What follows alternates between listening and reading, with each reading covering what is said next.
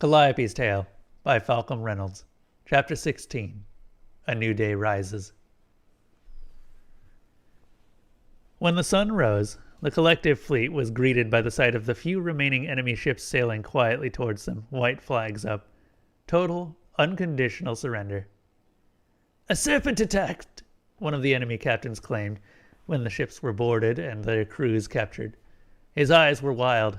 They kept darting back and forth, frightened, searching for threats. "It came up out of the sea and tore the heretic apart. It spit fire from its jaws like a dragon." "We never should have doubted you," Ianthe said quietly to Calliope, while Mokulo nodded sagely to the enemy and tried to stifle his laughter. "Don't worry," Calliope said brightly. "It was fun." "Fun?" "Revenge is fun." The collective fleet captains gathered on board the Midnight Sun with Calliope. "And you knew about this beforehand?" Kiara demanded, glaring at Denzel. "I did, yes." "Why did you not use it before our battle?" "Hey, excuse me," Calliope snapped. "I am not an it, and I don't answer to you. I only answer to the sun and the sea." Kiara subsided. She looked far less regal than she had before. The loss of her ship and crew had dealt a blow to her confidence, to her trust in herself. Calliope could see it. "If it comforts you at all," Sun Yang said, "I also did not know." "Oh, I'm so glad." "And Kiara," Denzel said, "we did have Calliope. She destroyed alizarin. But I know what you're really asking. You want to know why we didn't have her before we wasted ships and lives attacking alizarin and his dead ship fleet." "Yes." "We did not fully understand the threat. You said it yourself. We underestimated him. For that, I apologize, for it is partially my doing. Their deaths will weigh heavily upon me." Sun Yang took over. "This is true. But additionally, Calliope could not have taken alizarin and his ships on during the day, or during a battle. She needed the element of surprise. She needed the night." Calliope looked down, hiding her slight smile. Having the captains defend her like this felt nice. She was so used to hiding and eavesdropping. Hearing them openly speaking about her, to her, around her was different. She liked it. She liked being someone to them. To everyone. Kiara, arms folded and eyes dark under the puff of her hair, took a breath and opened her mouth to say something, then let the air out. "I understand," she finally said, lowering her gaze. "I knew that it was likely we would lose some of our own in the battle. I suppose I just didn't expect my ship to be one of those that would be lost." "I hesitate to view any ships as disposable, much like my crew," Denzel said carefully. A final dig and callback to the petrol scout, and this time Kiara understood. She glared at the planks. "I will not do that again," she growled. "Good." "So, who amongst us will claim the bounty on alizarin?"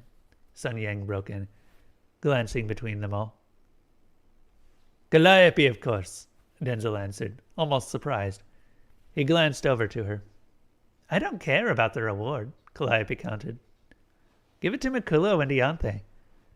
She was careful to list Mokulo's name first. He was the ship's captain, after all. "The only thing I want is to not be murdered in port so I don't have to hide underneath the ship anymore." Kiara nearly choked. You were in Baroni Hakir?" "I was there the whole time." She couldn't respond, shocked. Calliope grinned needles at her. "I'm sure the sisters would grant you at least that," Denzel said, one eyebrow raised. "It is the very least they can do, and you nearly single-handedly took down their greatest enemy yet." "Well, let's go then."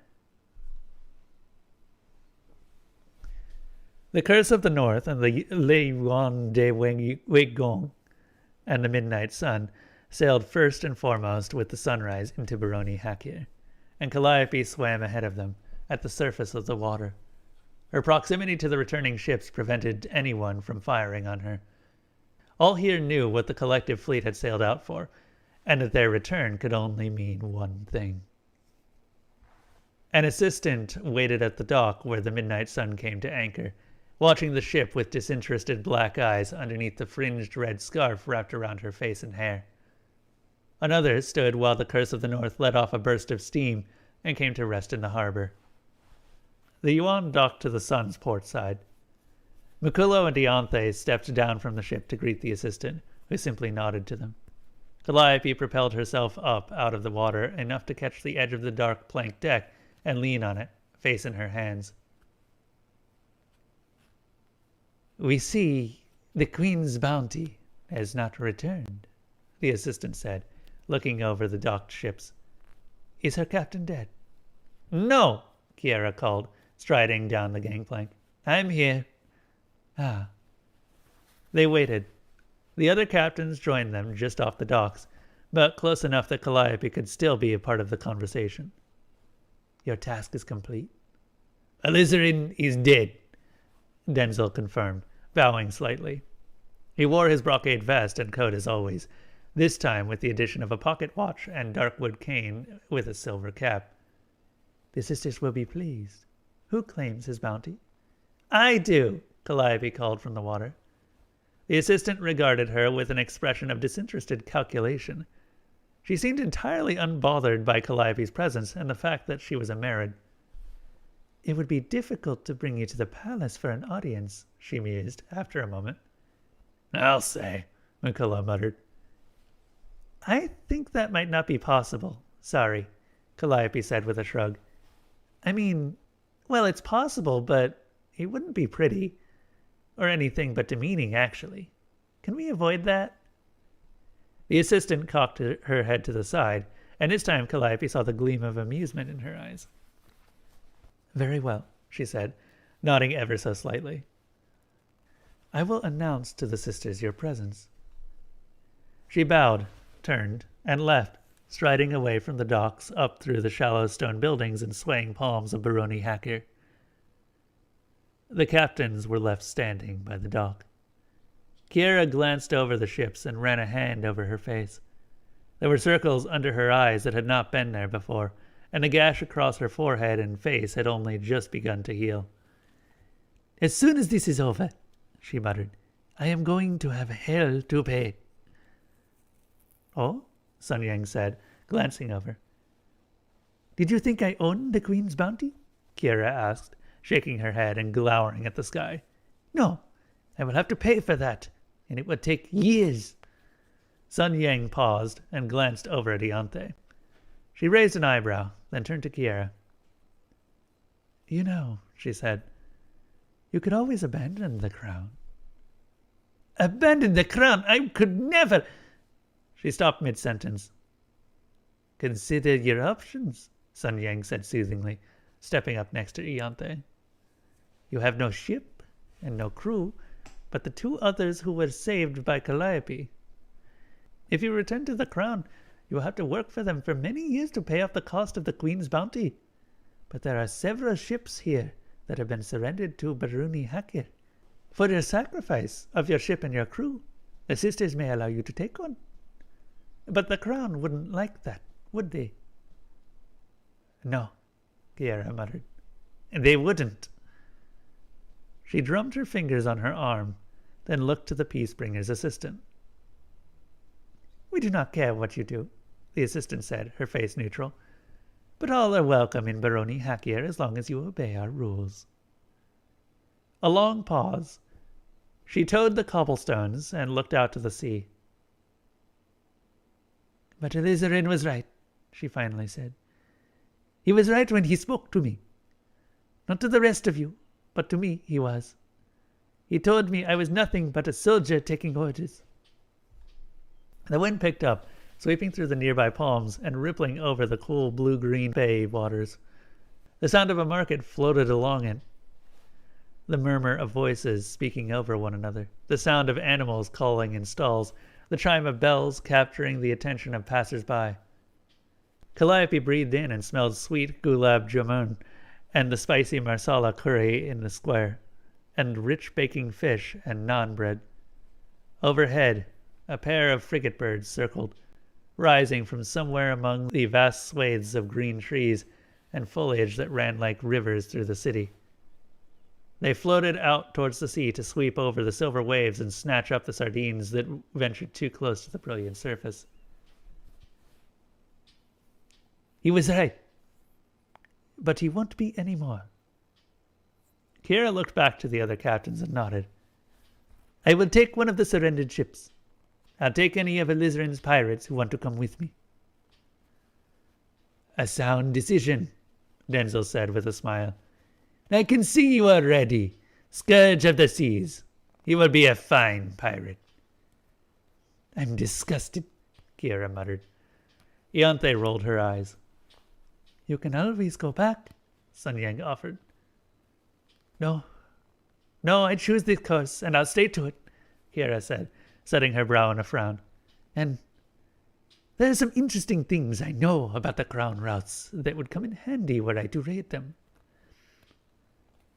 Already thinking like one of us, Captain Zidane, Makulo said cheerfully, grinning at her. Good start. No, don't look at me like that. You can't really believe the Crown sources all of its ridiculously expensive imported goods with any sort of fair deal, can you? Those are stolen. Go get them back. Kira nodded, and a smile flashed across her face. I think I shall, if the sisters give me the chance. They waited. The sun cast shadows over the land and out to the sea. The buildings began to give off heat in the rising morning. Calliope was glad she was in the water, in the cool waves. She could already see sweat beading on the faces of several of the captains and crew. After nearly an hour of angled sunlight and the sound of pelicans, Calliope caught the faint chiming of bells throughout the streets. She put her torso up on the dock again and waited, watching. There was a small procession of people, carefully making their way down the broad, shallow steps to the dockside. They were carrying a palanquin, draped in red cloth, and as they drew closer, Calliope could smell the perfumes that billowed out from the curtains like smoke. The convoy set the palanquin down as they stopped by the docks and waited. There was a moment of silence before the curtains parted, and Mahima Kurana stepped out. She looked around, almost carelessly, until she spotted the captains. Ianthe was the first to move. She stepped over and knelt, head down. Peacebringer Mahima, she said quietly, eyes down. This meeting is blessed. It is indeed, Mahima replied, and looked to the captains. They followed Ianthe's example and knelt, bowing their heads. Calliope watched curiously as the second woman stepped out of the palanquin. This must be the second sister, Bamini. She looked over the captains quietly. Arise, Mahima said, and that released the captains. They stood before the sisters. This made them nervous for some reason. Calliope could tell even Denzel had his hands clasped behind his back, trying to stop himself from fidgeting, from running his fingers over the silver head of his cane. The captains didn't like being on level ground with the sisters. The air of authority the sisters gave off was powerful enough that Calliope could understand why. It wasn't right to be on the same level as someone so great. For them, anyway. She didn't particularly care. Alizarin is dead, then, Mahima said. Yes, Peacebringer. Why do you speak for the fleet? Bamini asked instantly. You are not a captain. You were not appointed leader of this endeavor. It was not the fleet that killed him, but my daughter, Calliope, Ianthe replied, flinching with the suddenness of the request. Your daughter? Hello, Calliope called from the dock. Interesting, said Shavi from directly next to her. Calliope jumped, startled enough that she splashed water up onto the dock. The third Kirana sister had snuck so carefully up behind her that she didn't even notice her approach. She was now crouched at the edge of the boards, staring intently at Calliope. Hello, Calliope managed. I'm Peacebringer Shavi said with a faint smile. You are Calliope. Yes? Xavi's eyes were piercing. Calliope could see the energy deep in them as the Peacebringer looked over her, judging her in her entirety. You killed alizarin then? Xavi asked her. Yes, I did. How? I dragged him into the depths and fed him to a matriarch. It still sounded dramatic, but somehow her words meant less in the presence of the Corona sisters. Oh? He's dead. He's very gone. Xavi looked her over. I believe you, she said. So you're the secret crew member he wanted to know about. Iante told us about you. Calliope almost glared over at Iante, but the intensity of Xavi's stare held her in place. No, she wouldn't have been able to withhold information from the sisters either. Iante had done nothing wrong. Yes, that's me. If you are in this port, you cannot be harmed by any other in this port. That is law. It applies to you. Thank you, Calliope said. She glanced over at Iante, who gestured with her head ever so slightly. Thank you, Peacebringer Xavi. Xavi smiled at her.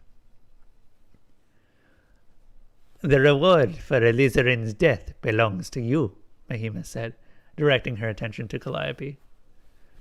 The captain silently moved out of the way to give her a clear line of sight. What would you do with it?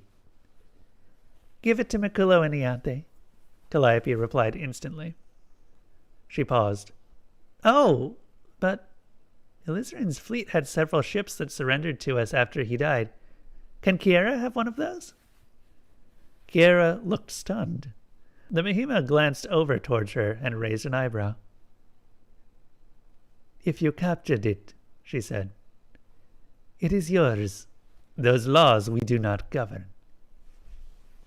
Then just give it to the Midnight Sun and the other captains, I guess, Calliope said. I mean, we all did a lot of work, so we should all get something for it. Just split it apart, I guess.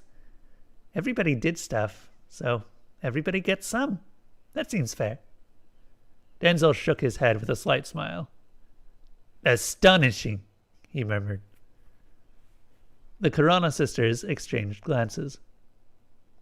Very well, Bamini finally said. We will work out what those rewards shall be.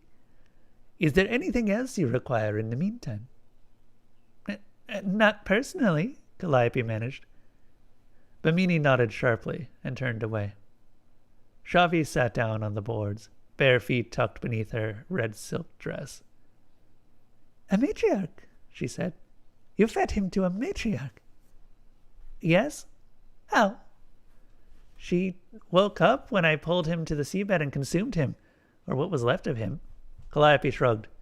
She didn't eat me, obviously. I think I'm lucky for that. But she lit up the seabed and showed me how to get back to the surface. Xavi paused. Interesting. Interesting. Whatever that meant. She did you a favor, that matriarch. Perhaps someday you will meet again. Maybe. Xavi tipped her head to the side, smiling. It was lovely meeting you, Calliope, daughter of Iante. Return to this port whenever you see fit. I think soon enough nobody will be able to harm you, even if they are willing.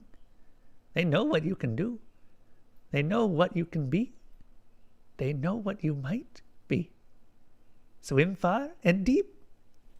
She stood and moved back to the other sisters, and Calliope watched her go. The majority of the captured ships were turned over to the Corona sisters, though their worth was paid to Calliope and the Midnight Sun, and by extension to the other captains. Kiera claimed one of them and renamed it, the Queens Scourge, which Calliope personally found delightful.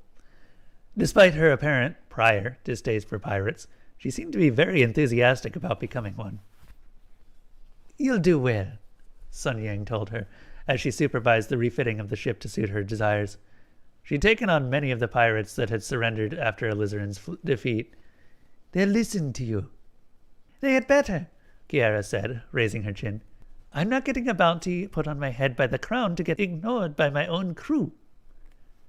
The captains met one last time, after the rewards had been given out. Makulo shook Denzel's hand. "Remind me never to battle you on the open sea," he said fervently. "I would never," Denzel said with a smile. "I am far too fond of all of you to wish to sink your ship. Perhaps we can cooperate again in the future." Kiera clicked her tongue against her teeth. "I would certainly be interested in that," she said. "After all, I am rather new to being one of you." Denzel rolled his eyes. "Such a dramatic turn of phrase," he muttered. "Captain Zidane, I will formally invite you to follow me northwards, so I may show you what I know of the area north of the equator, if you wish. There is plenty to be explored and understood there." "I will accept that offer." "And I will go south again," Sun Yang said, looking back to their ship. "If you need my assistance, seek me out, and perhaps we can make a trade." "I certainly will," Kiera said haltingly. Sun Yang nodded, then turned and strode away. Ianthe and Makulo exchanged a glance. "Where are we going?" Calliope asked, looking between them. "West, I suppose," Makulo said. "Towards the setting sun. You know there's another continent over there, right? With cities and everything?" Towards the setting sun and the parts of the world that no one knew. Calliope grinned. If any ship could make that journey, it was the Midnight Sun. "What are we waiting for?" "It might be dangerous." "Oh, please," Calliope said. "Since when has that ever stopped us?" Ianthe laughed. "That's fair," she said. Then Makulo glanced over at her, one eyebrow raised. "It's true. We've never shied away from danger before. Let's find out what lies beyond the sunset." Calliope swept her tail back and forth. The tip of it brushed the lagoon's seabed, stirring up muddy river silt and sending a school of brightly colored minnows darting away. "Don't worry," she said, grinning. "If it gets too dangerous, I'll keep you safe." "Thank you, Calliope," Ianthe said, rolling her eyes. "I mean it!" Calliope thumped the wood of the Midnight Sun with the palm of her big hand. "I will, and I always will." A breeze scudded over the water, blowing Calliope's hair back, dripping wet as it was. She looked out towards the sea. Baroni Hakir was beautiful, but she longed to be alongside the sun as it cut through the swell, headed outwards across the vast blue expanse. She was no longer afraid of the open sea, of its immeasurable depths, of the blackness far below. She knew what was down there. The waters of the delta glittered around her. The sun was at its zenith, baking the mudflats dry and sending the seabirds away over the ocean to escape the rising heat.